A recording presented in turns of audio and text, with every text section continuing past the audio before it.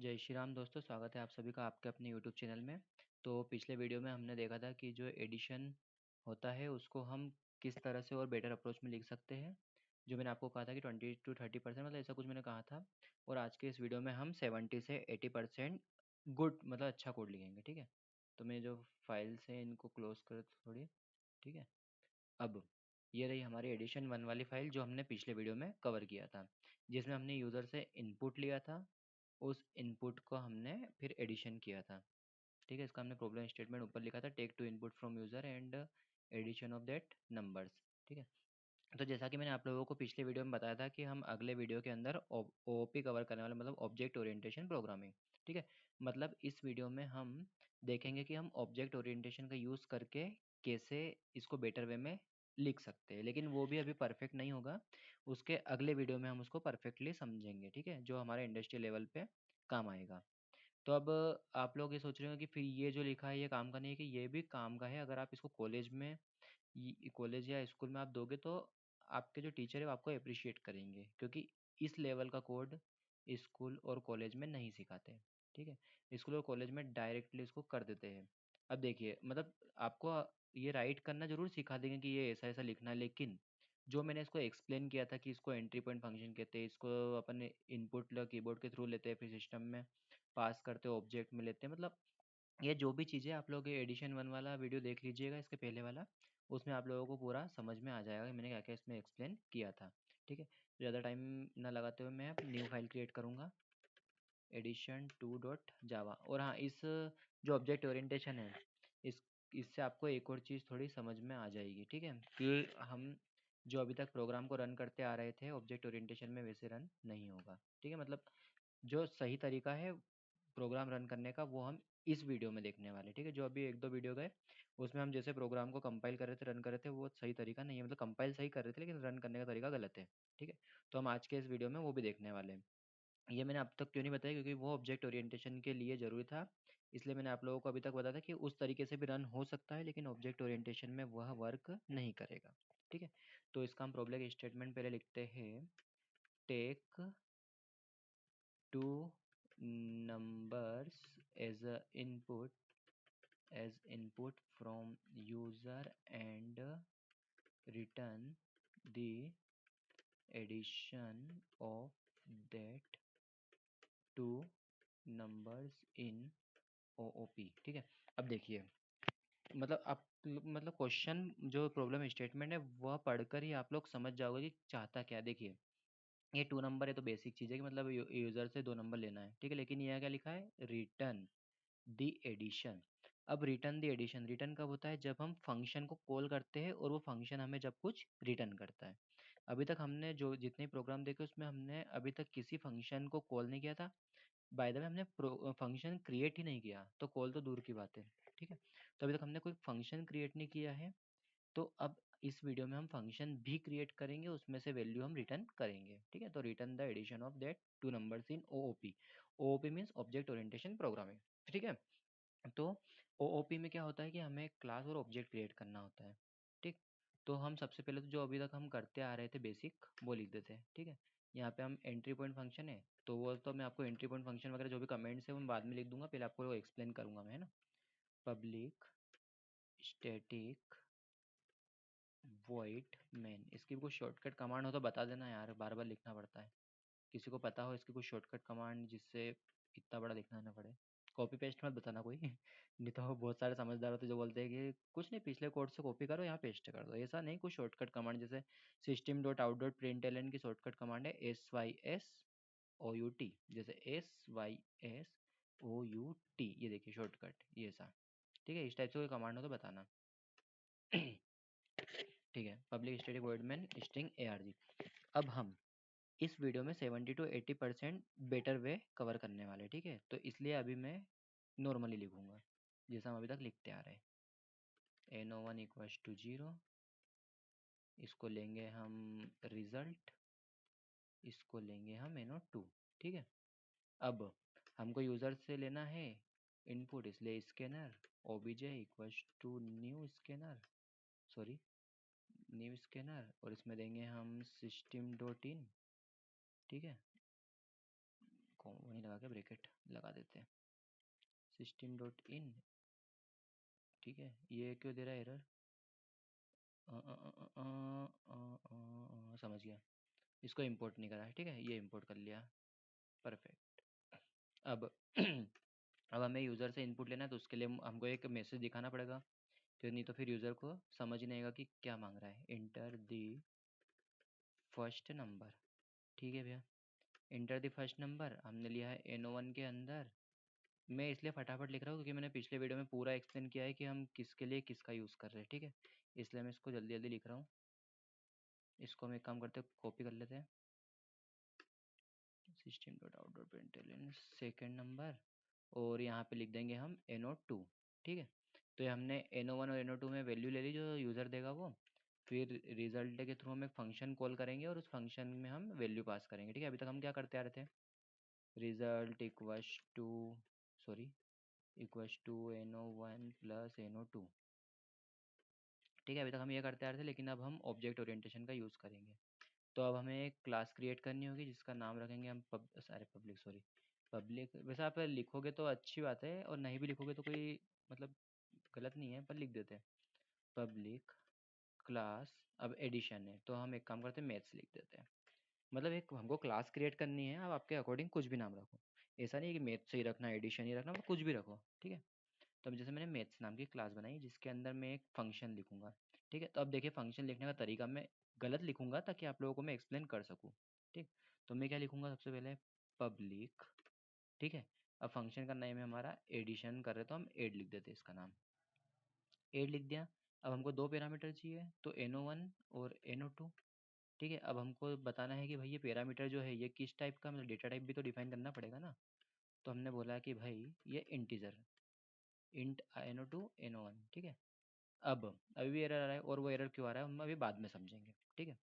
फिर हम रिटर्न करेंगे NO1 प्लस NO2, ठीक है। मतलब हम जो NO1 है उस NO2 का हम एडिशन रिटर्न करेंगे।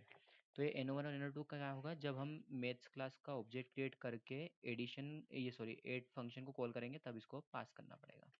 तो हम एक काम करते हैं, पहले मैथ्स क्लास का एक ऑब्जेक्ट क्रिएट कर लेते हैं। ऑब्जेक्ट कैसे क्रिएट करते हैं, मैथ्स, और इसका नाम एम रख देते हैं, न्यू मैथ्स रख दिया। अब हम एम के थ्रू इसको कॉल कर सकते, तो हम रिजल्ट में कॉल करेंगे ना इसको। हम यहाँ पे कॉल करेंगे एम डॉट। अब देखिए सजेशन आया है क्या, सजेशन में एड नहीं आया है, सजेशन में एड क्यों नहीं आया है, एड क्यों नहीं आया, हाँ क्योंकि एरर है ना अभी, ठीक है। एड NO1 NO2, ये हमने दो पैरामीटर पास कर दिए हैं, ठीक है। अब अब हमको क्या करना है कि इसको मैं आप लोगों को ये सब बताऊंगा, ये एरर क्यों आ रही है और कैसे जाएगी, ठीक है।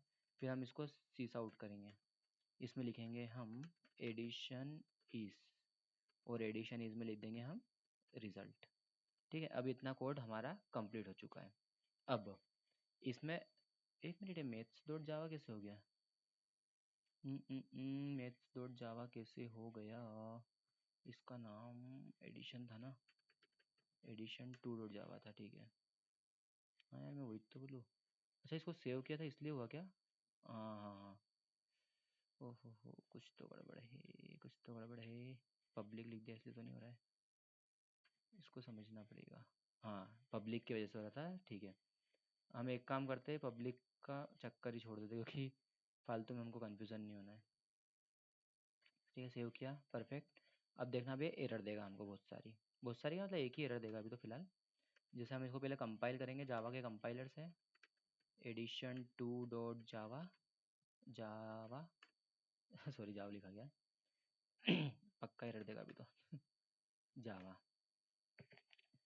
ठीक है। अब इसने क्या बोला कि invalid method declaration return type required. तो अब एक एक चीज़ पढ़ेंगे, क्या बोला इसने, इनवैलिड मेथड डिक्लेरेशन, मतलब कि जो मेथड का डिक्लेरेशन है वो इनवैलिड है, और क्यों इनवैलिड है हम दूसरी दूसरी चीज़ पढ़ेंगे।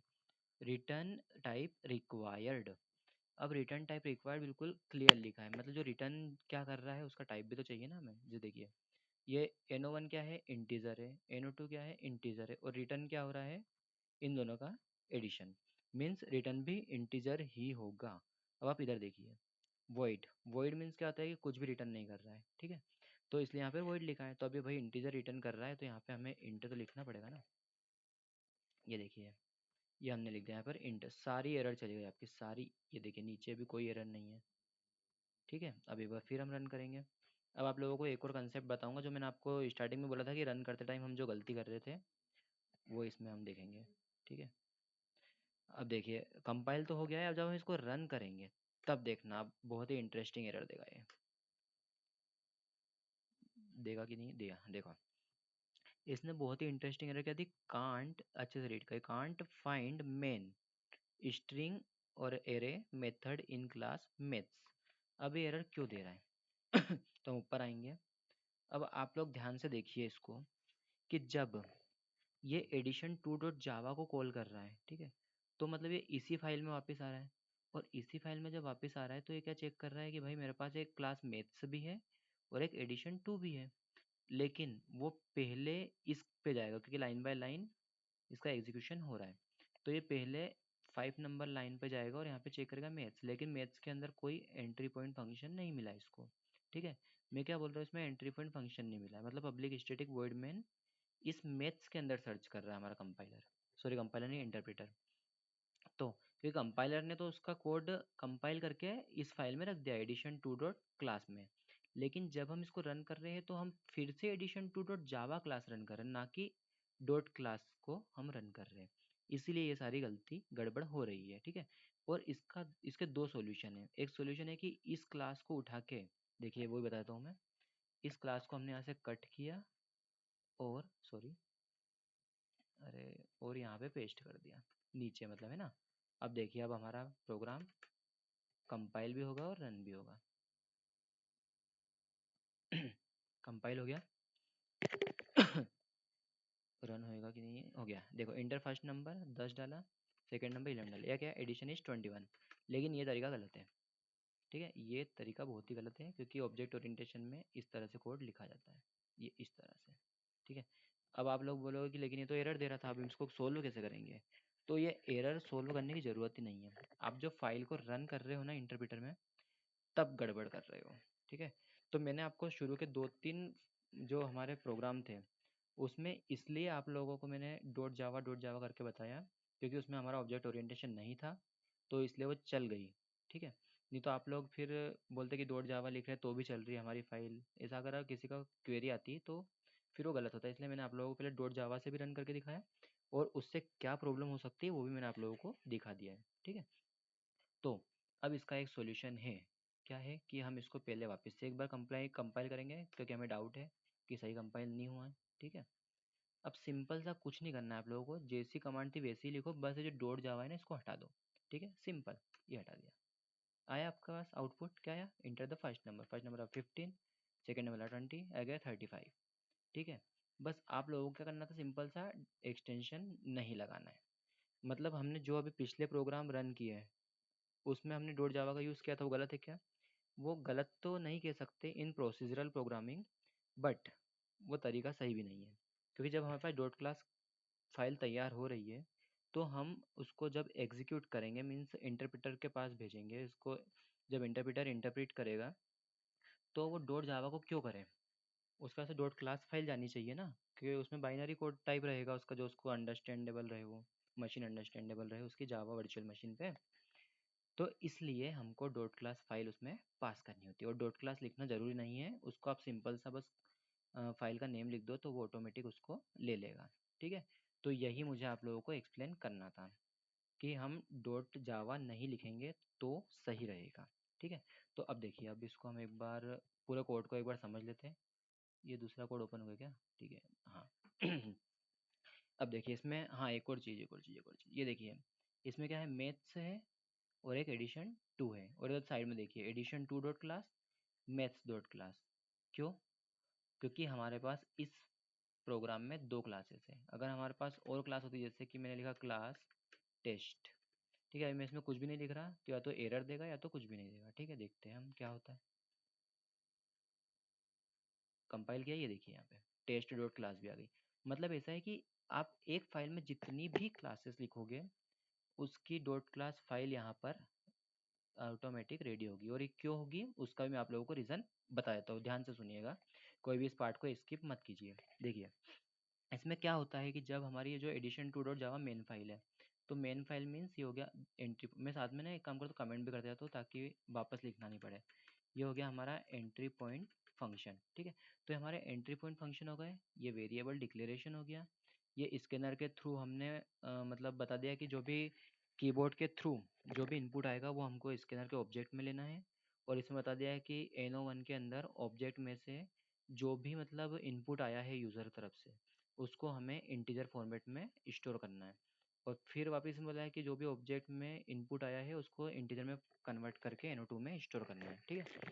फिर उसके बाद हमने मैथ्स क्लास का ऑब्जेक्ट क्रिएट किया, और फिर उस मैथ्स क्लास के ऑब्जेक्ट के थ्रू हमने उस क्लास के फंक्शन को कॉल किया।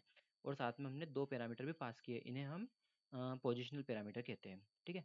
पोजिशनल पैरामीटर मीन्स क्या होता है कि हमें पोजिशन के अकॉर्डिंग पैरामीटर पास करना, जैसे इसमें दो पैरामीटर है तो हमें भी दो पैरामीटर पास करना है।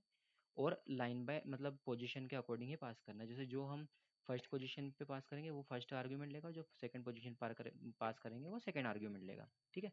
तो ये जो positional parameter sorry argument, positional argument, एक होता है डिफ़ॉल्ट आर्ग्यूमेंट, एक होता है ऑप्शनल, मतलब ये जो भी होते हैं ना, ये सब मैं आप लोगों को उसमें एक्सप्लेन कर चुका हूँ। तो आप लोग वाला वीडियो देख लीजिएगा, मतलब हमारे प्लेलिस्ट को देख लीजिएगा, उसमें वाला वीडियो है, तो उससे आप लोग बेटर समझ पाएंगे, ठीक है। तो अब हम कहाँ थे, हाँ यहाँ पे थे। फिर देखिए अब इसने क्या किया, जैसे ही मैथ्स क्लास का ऑब्जेक्ट क्रिएट किया तो ये इस मैथ्स क्लास की तरफ जाएगा। अब जब हम इसको कंपाइल करते हैं तो ये मैथ्स डॉट क्लास हमारी जनरेट हो रही है। तो इसमें क्या हो रहा है कि जो addition two dot class generate हो रही है उसमें ओनली कोड जो रहेगा वो इतना रहेगा, नीचे नीचे का जो है ना, 15 से लेके तो 36 तक का, ठीक है। 15 से लेके 36 तक का code addition two dot class में रहेगा, ठीक है। फिर उसके बाद, ठीक है, उसके बाद क्या होगा, एक मिनट चार्जिंग की प्रॉब्लम हो रही है।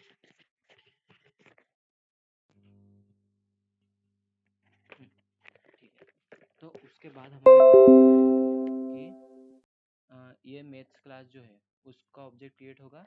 तो फिर ये maths function sorry maths class का ऑब्जेक्ट जैसे ही हम क्रिएट करेंगे तो वो मैथ्स डॉट क्लास की जो फाइल क्रिएट होगी हमारी, उसके अंदर जाकर वो आगे की चीज़ चेक करेगा, मतलब फंक्शनलिटी चेक करेगा। जैसे उसने ऑब्जेक्ट के थ्रू एडिशन फंक्शन को कॉल करा तो वो मैथ्स डॉट क्लास में जाके चेक करेगा कि भाई एडिशन नाम एड नाम का फंक्शन है या नहीं है, फिर उसके जो रिटर्न वैल्यू आएगी उसको उसमें स्टोर करेगा, ठीक है। तो ये टेस्ट का तो कुछ अभी यूज़ नहीं है, वो तो मैंने ऐसे आप लोगों को दिखा दिया था कि टेस्ट नाम की फाइल यहाँ पे क्रिएट हो जाएगी, इसको मैं डिलीट कर देता हूँ, ठीक है।